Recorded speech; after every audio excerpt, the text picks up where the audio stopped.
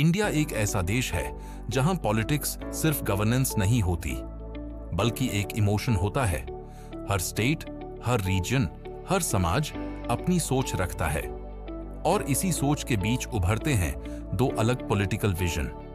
एक तरफ है नरेंद्र मोदी, जिन्होंने अपने पॉलिटिकल सफर की शुरुआत जमीन से की और धीरे धीरे नेशनल लीडरशिप तक पहुंच गए। उनका फोकस डेवलपमेंट, इंफ्रास्ट्रक्चर, इकोनॉमी और सेंट्रलाइज्ड गवर्नेंस पर माना जाता है।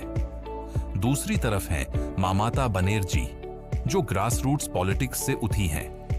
उनका पॉलिटिकल बेस बंगाल की रीजनल आइडेंटिटी, लोकल गवर्नेंस और स्टेट ऑटोनॉमी पर स्ट्रॉन्ग माना जाता है। ये कहानी सिर्फ दो लीडर्स की नहीं है, ये कहानी है दो अलग थिंकिंग की, जो एक ही देश को दो अलग नजरिए से देखते हैं। 2000s के बाद इंडिया की पॉलिटिक्स बदलने लगी। इकोनॉमी ग्रो कर रही थी, मीडिया एक्सपैंड हो रहा था और लोग ज्यादा अवेयर हो रहे थे। एक तरफ स्ट्रॉन्ग सेंट्रल लीडरशिप का कॉन्सेप्ट था, जहां एक पावरफुल सेंटर पूरे देश को डायरेक्शन दे। दूसरी तरफ रीजनल एम्पावरमेंट का आइडिया था, जहां स्टेट्स अपनी पॉलिसीज और आइडेंटिटी को प्रोटेक्ट करें। यहीं से आइडियोलॉजिकल डिफरेंस ग्रेजुअली स्ट्रॉन्ग होने लगा। नरेंद्र मोदी का पॉलिटिकल सफर गुजरात से शुरू होता है। उन्होंने अपने गवर्नेंस मॉडल को डेवलपमेंट सेंट्रिक बनाया। इंफ्रास्ट्रक्चर, इंडस्ट्रियल ग्रोथ और एडमिनिस्ट्रेटिव एफिशिएंसी उनके की पॉइंट्स रहे। उनका पॉलिटिकल इमेज एक डिसिप्लिन्ड और सेंट्रलाइज्ड डिसीजन मेकर का बना। सपोर्टर्स उन्हें एक ऐसे लीडर के रूप में देखते हैं जो फास्ट डिसीजंस ले सकते हैं और लार्ज स्केल पॉलिसीज इंप्लीमेंट कर सकते हैं। उनके लीडरशिप स्टाइल में स्ट्रॉन्ग मैसेजिंग, नेशनल इंटीग्रेशन और ग्लोबल पोजीशनिंग का फोकस रहा। ममता बनर्जी का राइज कंप्लीटली डिफरेंट एनवायरनमेंट में हुआ। उनका फाउंडेशन बंगाल के स्ट्रीट लेवल मूवमेंट्स और प्रोटेस्ट से बना। उन्होंने अपने इमेज को एक पीपल्स लीडर के रूप में डेवलप किया। उनका फोकस बंगाल की आइडेंटिटी और लोकल वेलफेयर स्कीम्स पर रहा।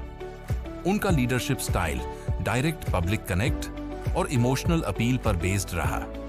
धीरे धीरे ये क्लियर होने लगा कि दोनों अप्रोचेस अलग हैं। एक तरफ सेंट्रलाइजेशन का आइडिया था, जहां डिसीजंस फास्ट और यूनिफाइड होते हैं। दूसरी तरफ डिसेंट्रलाइजेशन का आइडिया था, जहां स्टेट्स को ज्यादा ऑटोनॉमी मिलनी चाहिए। जैसे जैसे दोनों लीडर्स अपने अपने रीजन्स में स्ट्रॉन्ग होते गए, वैसे वैसे पॉलिटिकल नैरेटिव्स भी डाइवर्जे होने लगे। मीडिया डिबेट्स में central policies versus state policies का कंपैरिजन होने लगा। डेवलपमेंट मॉडल्स को लेकर डिस्कशंस इंटेंस हो गए। सपोर्टर्स दोनों तरफ अपनी अपनी आइडियोलॉजी को बेस्ट प्रूव करने लगे। लेकिन ये राइवलरी स्ट्रक्चरल पॉलिटिकल डिफरेंस था। पब्लिक ओपिनियन भी ग्रेजुअली स्प्लिट होने लगा। कुछ लोग सेंट्रलाइज्ड डेवलपमेंट मॉडल को फ्यूचर इंडिया के लिए बेस्ट मानते थे। कुछ लोग रीजनल आइडेंटिटी और स्टेट राइट्स को प्रोटेक्ट करना जरूरी समझते थे। इस डिवाइड ने पॉलिटिक्स को एक न्यू डायरेक्शन दी, जहां पॉलिटिक्स सिर्फ इलेक्शंस नहीं, बल्कि आइडियोलॉजी का बैटल बन गई। टाइम के साथ ये क्लियर हो गया कि इंडिया की पॉलिटिक्स सिर्फ एक डायरेक्शन में नहीं चलेगी। यहां मल्टीपल विजन्स को एग्जिस्ट करेंगे। ये सिर्फ शुरुआत थी। आगे जो होने वाला था वो और भी इंटेंस, पॉलिटिकल और अनप्रेडिक्टेबल था। इंडिया की पॉलिटिक्स में जब भी ग्राउंड लेवल पावर की बात होती है, वेस्ट बंगाल का नाम सबसे पहले आता है।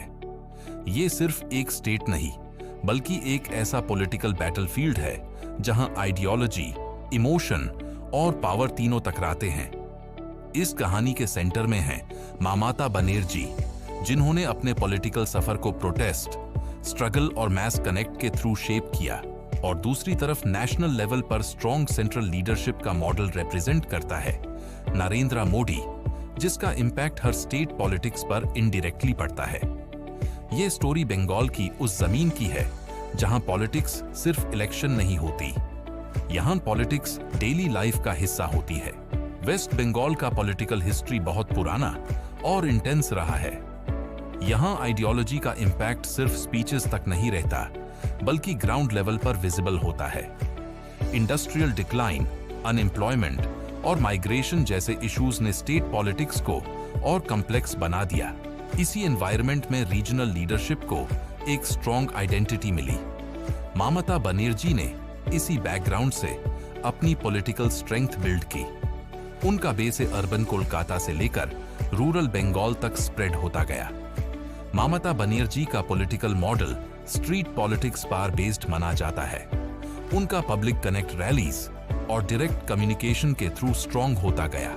उन्होंने अपनी इमेज एक ऐसे लीडर की बनाई जो आम लोगों के इश्यूज को डायरेक्टली रिप्रेजेंट करता है।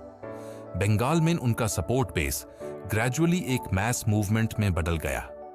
जब एक स्ट्रॉन्ग रीजनल लीडरशिप और स्ट्रॉन्ग सेंट्रल लीडरशिप एक ही पॉलिटिकल सिस्टम में एग्जिस्ट करती हैं, तब फ्रिक्शन नेचुरल होता है। नरेंद्र मोदी के गवर्नेंस मॉडल में सेंट्रलाइज्ड प्लानिंग और नेशनल लेवल पॉलिसीज का स्ट्रॉन्ग फोकस रहा। इसका इम्पैक्ट बंगाल जैसे स्टेट्स पर डायरेक्टली पड़ता है, जहां स्टेट ऑटोनॉमी का इश्यू इंपॉर्टेंट बन जाता है। यहीं से सेंटर स्टेट टेंशन का नैरेटिव स्ट्रॉन्ग होने लगा। वेस्ट बंगाल इलेक्शंस सिर्फ वोट का गेम नहीं होते, ये एक लॉन्ग टर्म पॉलिटिकल बैटल होता है। कैंपेनिंग के दौरान रैलीज मैसिव होती हैं, ग्राउंड लेवल वर्कर्स एक्टिव होते हैं, लोकल इश्यूज नेशनल डिबेट्स बन जाते हैं। हर इलेक्शन के साथ पॉलिटिकल टेम्परेचर और हाई होता गया। सपोर्टर्स के लिए ये सिर्फ पार्टी का सवाल नहीं था, ये आइडेंटिटी का सवाल बन गया। वेस्ट बंगाल पॉलिटिक्स में प्रोटेस्ट कल्चर का स्ट्रॉन्ग इम्पैक्ट रहा है। कभी कभी ये प्रोटेस्ट्स पॉलिटिकल क्लैशेस तक भी पहुंच जाते हैं। ऑपोजिशन पार्टीज और रूलिंग गवर्नमेंट के बीच एलिगेशंस और काउंटर एलिगेशंस कॉमन हो जाते हैं। मीडिया कवरेज इन इंसिडेंट्स को और एम्पलीफाई करती है, जिससे परसेप्शन और डिवाइड होता है। लेकिन ग्राउंड रियलिटी हमेशा कॉम्प्लेक्स होती है। हर इंसिडेंट का एक पॉलिटिकल और सोशल एंगल होता है। मॉडर्न पॉलिटिक्स में मीडिया एक पावरफुल वेपन बन चुका है। बंगाल पॉलिटिक्स को नेशनल लेवल पर हाईलाइट किया जाता है, जहां नैरेटिव्स डिफरेंट चैनल्स पर डिफरेंट तारा से प्रेजेंट होते हैं।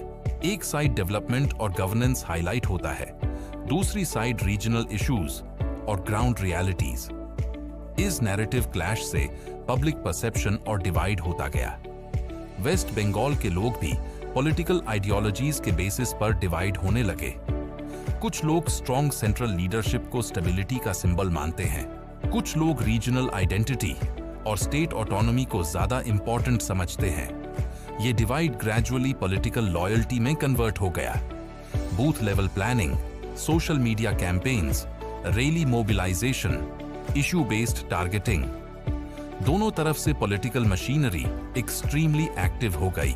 वेस्ट बंगाल की पॉलिटिक्स एक सिंपल इलेक्शन बैटल नहीं है, ये एक कंटिन्यूअस पॉलिटिकल एनवायरनमेंट है, जहां आइडियोलॉजी, आइडेंटिटी और गवर्नेंस एक साथ क्लैश करते हैं। और इस ग्राउंड वॉर का इम्पैक्ट सिर्फ बंगाल तक लिमिटेड नहीं रहता, ये नेशनल पॉलिटिक्स को भी इन्फ्लुएंस करता है।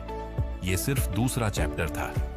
अगले चैप्टर में ये बैटल और ज्यादा कॉम्प्लेक्स हो जाती है, जब सेंटर और स्टेट का डायरेक्ट कॉन्फ्रंटेशन सामने आता है।